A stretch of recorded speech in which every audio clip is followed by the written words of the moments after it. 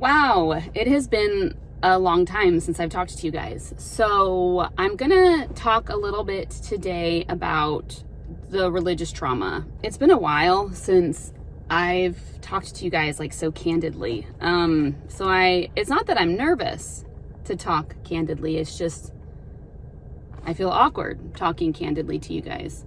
So I've had many people ask me about what's going on in my life, specifically regarding the religious trauma, like how I'm doing right now with that. Questions like, how do you not let other people's actions control you when it comes to like church stuff, or people have opinions against how you're living your life? What do you do? And I've held off. One reason why I've held off talking about this is because I have been truly trying to process like the right answers to give you, because I know that how I do things and how I figured out how to do certain things were tailored to what would work best for me. And I understand that everyone lives differently and has different situations and are in different seasons in their life. And so it was hard for me to, because what I wanted to give you was a like blanket answer that would help all of you guys. And I wanted what I did to be that blanket answer for all of you guys. And I realized that it isn't possible. It just isn't possible due to the fact that we all are on different walks of life with different experiences. And so what might work for me might not work for the next person. As of today, I'm doing really well. Especially when it comes to church, I feel like I've finally found that place, that balance where I don't feel bitterness and anger towards the church. I can kind of see it from both aspects. I can talk to people who are in the church about church stuff and it not bother me too much. There will be, I have to be completely honest. There are times where I am a little more vulnerable and a little more sensitive, and I will have people post or send a text or whatever regarding church-like stuff, and it will catch me off guard and it will frustrate me or upset me or stuff like that. But for the most part, like, I'm in a pretty good place. I can talk church to those who are in the church, and I can also talk and validate those who have left the church, any church, and where they're at with that. And so I feel as though I'm in a pretty good place. The question that was asked of me, back like in December. And so here we are in March, and I'm just processing like what would be the best answer. And the question was, like I mentioned earlier, how do I handle the way people treat me or the opinions that they have, anyways, I'm probably not even phrasing the question correctly. So I'll just tell you like what I'm going to tell you. For me, like, of course, being so ingrained in my church for generations, right? Like 5 and 6 generations deep on both sides, right? With my church. So it's like, I feel like it's in my DNA. I felt like it's woven in there, and so I felt like that was what made it so difficult, was because I was trying to shed layers and decades and generations out of me, and being able to move forward on my own, following my heart. And it just felt I felt very much like a fish out of water, because it's like, what do I do? Like, I wasn't taught well how to follow your own internal compass. I was taught specific things like they, follow the Spirit, follow the Holy Spirit, but it was like it was capped, or it was limited to, you follow it up to this limit. And then if you are thinking or believing anything outside of the church mindset, then you're wrong, and that's Satan. And yet I couldn't help but feel that pull to question the church, to do things outside of the church standard, to break free from church groups, and to just kind of truly follow what my heart is telling me to do. So it was a struggle, because if I follow what my heart is telling me to do and it's against what the church is telling me to do, then it's wrong. And not only that, I have all these eyes on me. I have family and friends, because all of my friends, all those I communicated with, were a part of the church. So that was the other struggle too. Like, I can't really go to a friend and tell them what I'm questioning and my doubts and all that stuff, because then I would get the response like, well, then you need to keep going to church, you need to read your scriptures, and you need to put aside those thoughts because that's Satan. And then not only that, social circles talk. And so then I knew if I went to someone, they would then tell someone else. And it's like, for whatever reason, I have felt like social circles in many ways can be some of the most gossipy places. I knew following my heart would be a tough one, because of the fact that I had to go against the grain in many, many ways, right? So for me, what helped me, like what did it for me, was I reached a point where my happiness was far more important than the opinions and the words and the thoughts and the actions of other people. Even though theirs are technically, with the best of intentions, when it boiled down to it, I have to go to bed with myself, and I have to wake up with myself, and I have to look at myself in the mirror. And if I'm not proud of who I am, and if I'm not happy with where I'm at, and if I'm like low-key miserable at the same time, just like battling what is truly right for me, what is right and what I'm told is right, I guess, within me, it just wasn't worth it. It wasn't worth any of it.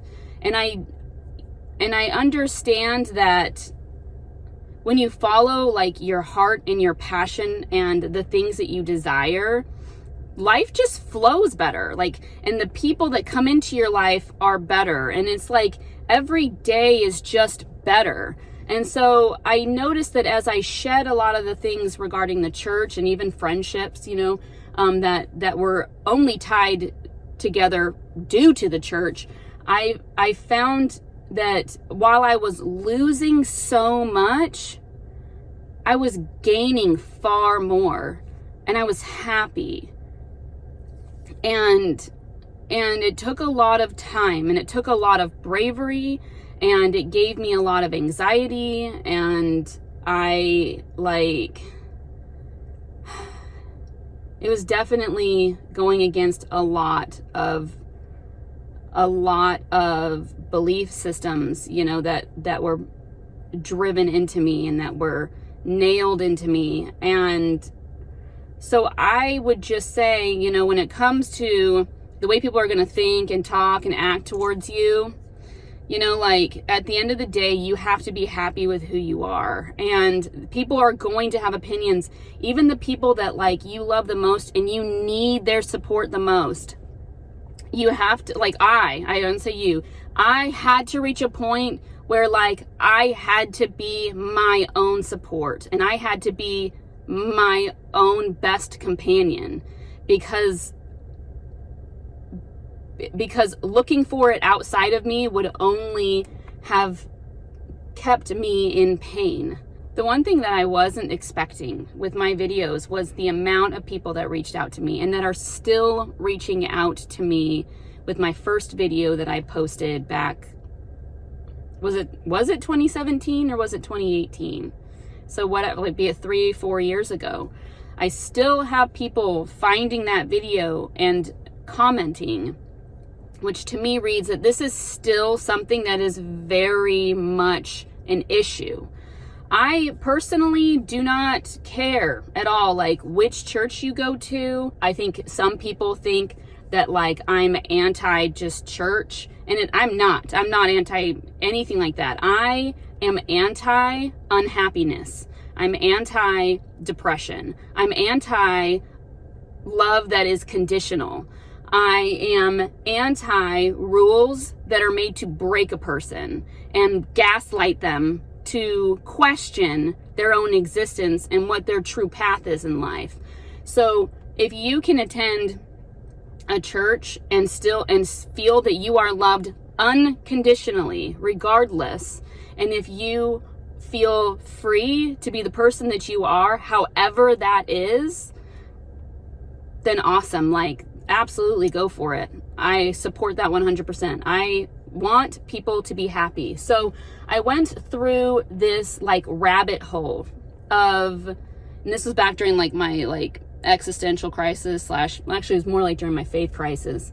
And I decided maybe I could find the answers to what I'm like searching for in the stories of those who've had near-death experiences. And so I watched a bunch of YouTube videos and read a bunch of like stories on the internet of those who have had near-death experiences and any messages that they had coming back from that near-death experience, because I figured they were the closest to the other side, so they would have the answers.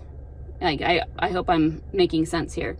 Like, they were the ones that like they experienced death, they experienced the other side, they experienced God, Jesus, their loved ones, whomever was on or whatever was on the other side, and therefore they must have the right, true, correct message for me. And I had noticed throughout every last near-death experience that any of them who went to the other side and had the question of what is the purpose of life came back with the answer that we just need to love one another, or love is the meaning and the purpose of life. And so I just chased that. Okay, so we have to love one another, but how can I love one another? And then I realized I can only love someone else if I love who I am. Like, we can't give from an empty cup, right? So we have to learn how to fill our cup. And so how do we love? Well, in my experience, love mostly comes from happiness. So what can I do to know what makes me happy? And these are all questions that were really hard for me to find out and to like understand, and how can I say this? To allow myself the freedom to think, feel, and act the way my heart tells me to do so, even though it was going against the church. And that's the tough one, when it's like your heart is saying, like, or you think your heart is saying, you know, maybe you should try this. Maybe you shouldn't go to church on Sunday. Maybe you should let go of that friend. Maybe you should read this instead of reading the Bible. I'm not saying like I don't have anything against the Bible, but I mean, like, maybe you should educate yourself a little more on this. And yet feeling the built-in alarm system within going, no, step away, that's bad, that's evil, you're following down the path of hell, Satan's gonna get you, oh no. Like, it was this whole, like, growing up, it was this whole, like, if Satan has you by a thread and you don't repent to cut that thread, then you're gonna do something else. It's gonna be another thread, and then that thread is gonna turn into a yarn, and that yarn is gonna turn into a rope, and blah, blah, blah. And then suddenly you're not gonna be able to cut this cord that has you tied to Satan. And so it was a challenge for me to allow myself to sit within myself and to determine what truly makes me happy.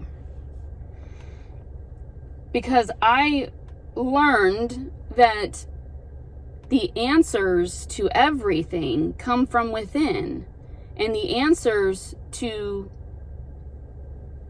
whether something is right or wrong is told to you by whether it makes you happy, like truly happy, or it makes your heart not feel anything.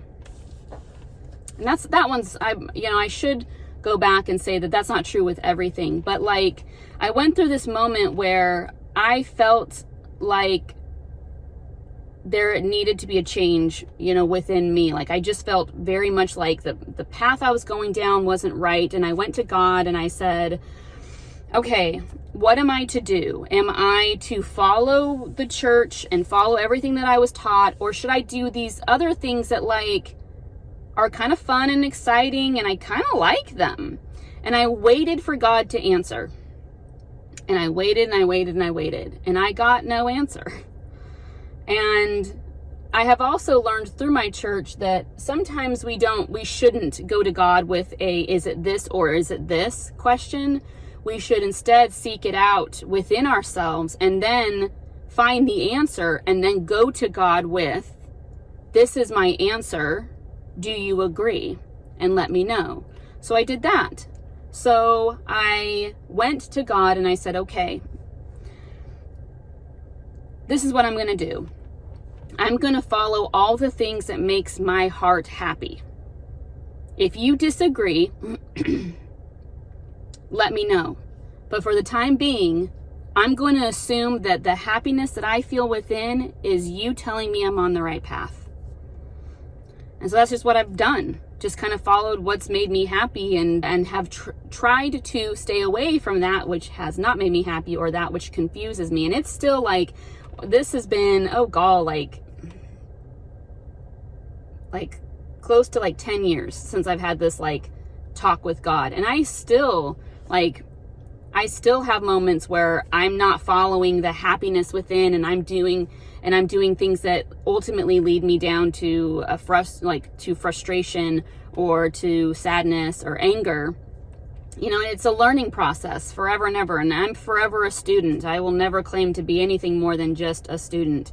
So, that's the advice that I have, I guess. I know I kind of rambled there and I know I kind of rambled for a while, but I want you guys to know that you can always reach out to me with any questions and I'm super happy to answer in the best way that I know how. And I do have to just completely apologize in advance for being flawed and not having the exact answer that you need. But I will 100% support you and back you up in what you feel is best for you. Because that's how we love, is we follow our heart. And if that makes us happy, then we can love, and then we can love one another. So, I'll talk to you guys later. Okay, one other thing I wanted to mention, and I realized while I was driving home that I wanted to bring this up and I didn't, so I apologize. But one thing that's absolutely important, especially when you're going through this transition, is to allow yourself to feel how you feel.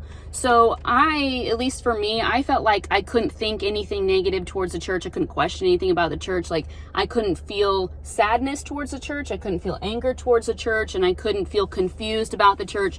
And what I'm telling you is that you must feel how you feel. You will not get anywhere if you snuff those feelings, hold them back, and not express them. Granted, that doesn't mean you need to go to someone and lash out at them, or like, especially if they love the church, like I don't think that's productive. Like, do what you need to do for you to feel those feelings that you have and then let them go.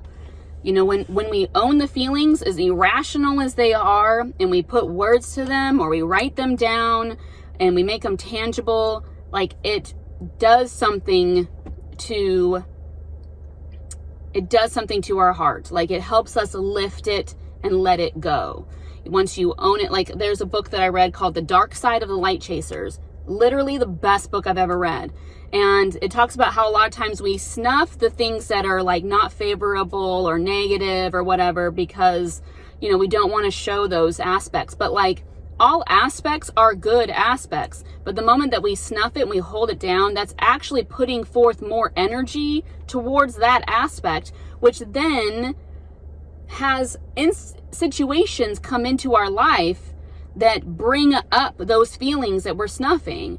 And I'm trying to like put this short, but like, we see everything through the lens of our experiences, and we see everything through the lens of pain, and through the lens of anything that might look like something from the past, right? We truly attract that which we are inside. And so once we're good with who we are inside, like, you will notice that you will view people differently, people will show up in your life differently. Therefore, because we need to love one another and we need to be happy, to reach true happiness for me was to embrace every last feeling that I felt regarding the church, anything, and to truly own it, to sit with it. That's the hardest part, is to sit with things that frustrated me or made me sad or maybe felt like I was lied to. Felt like I was gaslighted. I felt like I was insignificant. I felt like I didn't have a voice.